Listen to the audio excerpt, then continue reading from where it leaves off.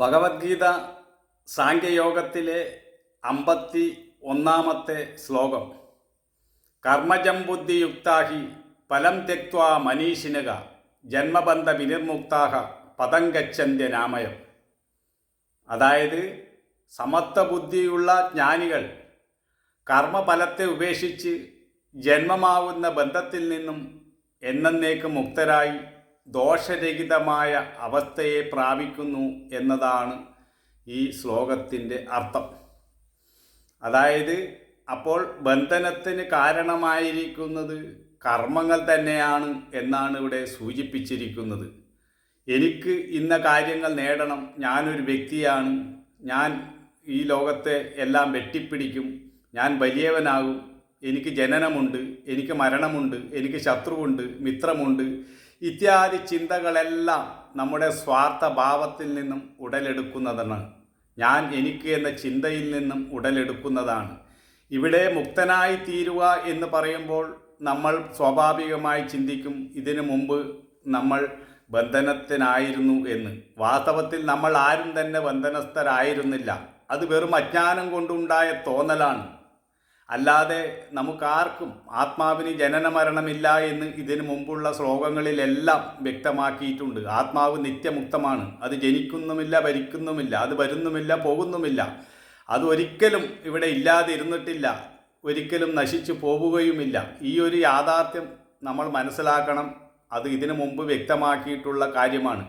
അപ്പോൾ ഒരാൾ കർമ്മബന്ധത്തിൽ നിന്നും മുക്തനാവുക എന്ന് പറഞ്ഞാൽ കർമ്മത്തിലുള്ള ആസക്തി വെടിയുക എന്നതാണ്. ആസക്തി കൊണ്ടാണ് ബന്ധനസ്ഥനായിരിക്കുന്നത്. ഈ ആസക്തിയെ വെടിയുമ്പോൾ ഒരാൾ മുക്തനാകുന്നു. മുക്തനാവുക എന്ന് പറയുമ്പോഴും നമ്മൾ ശ്രദ്ധിക്കേണ്ടത് അയാൾ ഇതിനു മുമ്പ് ബന്ധനസ്ഥനായിരുന്നു എന്ന് തെറ്റിദ്ധരിക്കരുത്. അങ്ങനെയില്ല. ഇതിനു മുമ്പ് ആത്മാവിൻ്റെ സ്വഭാവത്തെക്കുറിച്ചും ആത്മാവെന്താണെന്നെല്ലാം വ്യക്തമാക്കി കഴിഞ്ഞു.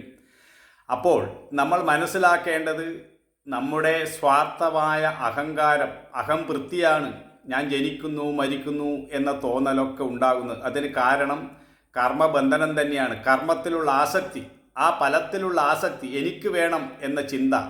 ആ ചിന്ത ഇല്ലെങ്കിലും നമുക്കിവിടെ നിലനിൽക്കാൻ കഴിയും. ഒരു സ്വാർത്ഥതയും ഇല്ലെങ്കിലും നമുക്ക് ഈ ലോകത്ത് നിലനിൽക്കാൻ കഴിയും. സ്വാർത്ഥതയില്ല എന്ന് വെച്ച് ഒരാൾ മരിച്ചു പോവില്ല. പക്ഷേ ഈ സ്വാർത്ഥഭാവം നമുക്ക് ദുഃഖമുണ്ടാക്കുന്നു, ബന്ധനമുണ്ടാക്കുന്നു, എല്ലാ തരത്തിലുള്ള വേദനയും ഉണ്ടാക്കുന്നു. ഈ സ്വാർത്ഥഭാവം വെടിയുക, എന്നിട്ട് ഈ ലോകത്ത് ജീവിക്കുക എന്നാണ് ഈ പറഞ്ഞതിൻ്റെ അർത്ഥം. ഈ പ്രപഞ്ചം എങ്ങനെ നിലനിൽക്കുമ്പോൾ വായു നിലനിൽക്കുന്നു. വായു ഇല്ലെങ്കിൽ നമുക്ക് ആർക്കും തന്നെ ജീവിക്കാൻ കഴിയുകയില്ല. സൂര്യനില്ലെങ്കിൽ നമുക്ക് ജീവിക്കാൻ കഴിയുകയില്ല.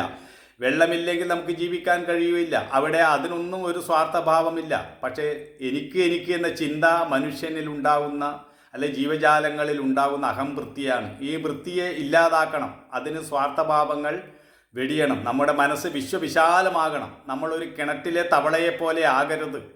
അതാണ് ഇവിടെ പറയുന്നത്. അതിന് കാരണം സ്വാർത്ഥഭാവമാണ്. ആ സ്വാർത്ഥഭാവം വെടിഞ്ഞ് ഈ ലോകത്ത് കർമ്മങ്ങൾ ചെയ്തുകൊണ്ടേയിരിക്കുക. അപ്പോൾ തന്നെ നമുക്ക് മുക്തരാകാം.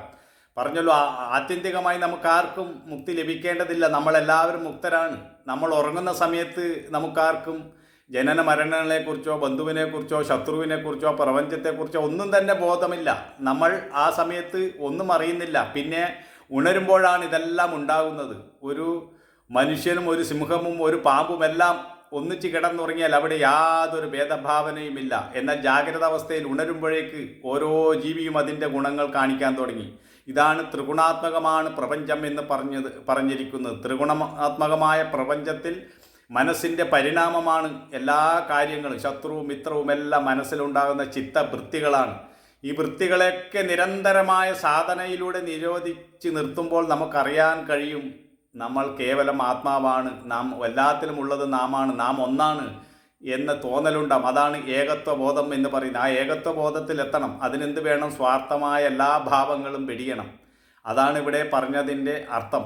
നമ്മുടെ ജനനത്തെക്കുറിച്ച് നമുക്കൊന്നും അറിയില്ല. കുറേ കഴിഞ്ഞപ്പോൾ മറ്റുള്ളവരെല്ലാം ജനിക്കുന്നത് കാണുമ്പോൾ ഞാനും അങ്ങനെ ജനിച്ചതാണെന്ന് ചിന്തിക്കുന്നു.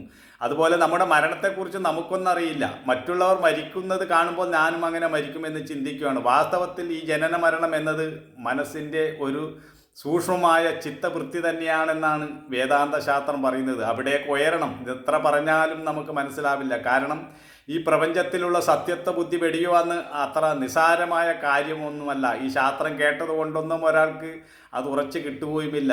വിട്ടുവീഴ്ചയില്ലാതെ നിരന്തരമായ സാധനയിലൂടെ തൻ്റെ സ്പന്ദനത്തിൽ, മനോസ്പന്ദനത്തിൽ, മനസ്സ് ഉണ്ടാകുന്നതിന് മുമ്പ് തന്നെ ആ സ്പന്ദനത്തിൽ നിയന്ത്രിക്കാൻ ധ്യാനത്തിലൂടെ ഇറങ്ങി ചെന്ന് സൂക്ഷ്മത്തിൽ നിയന്ത്രിക്കാൻ കഴിയണം.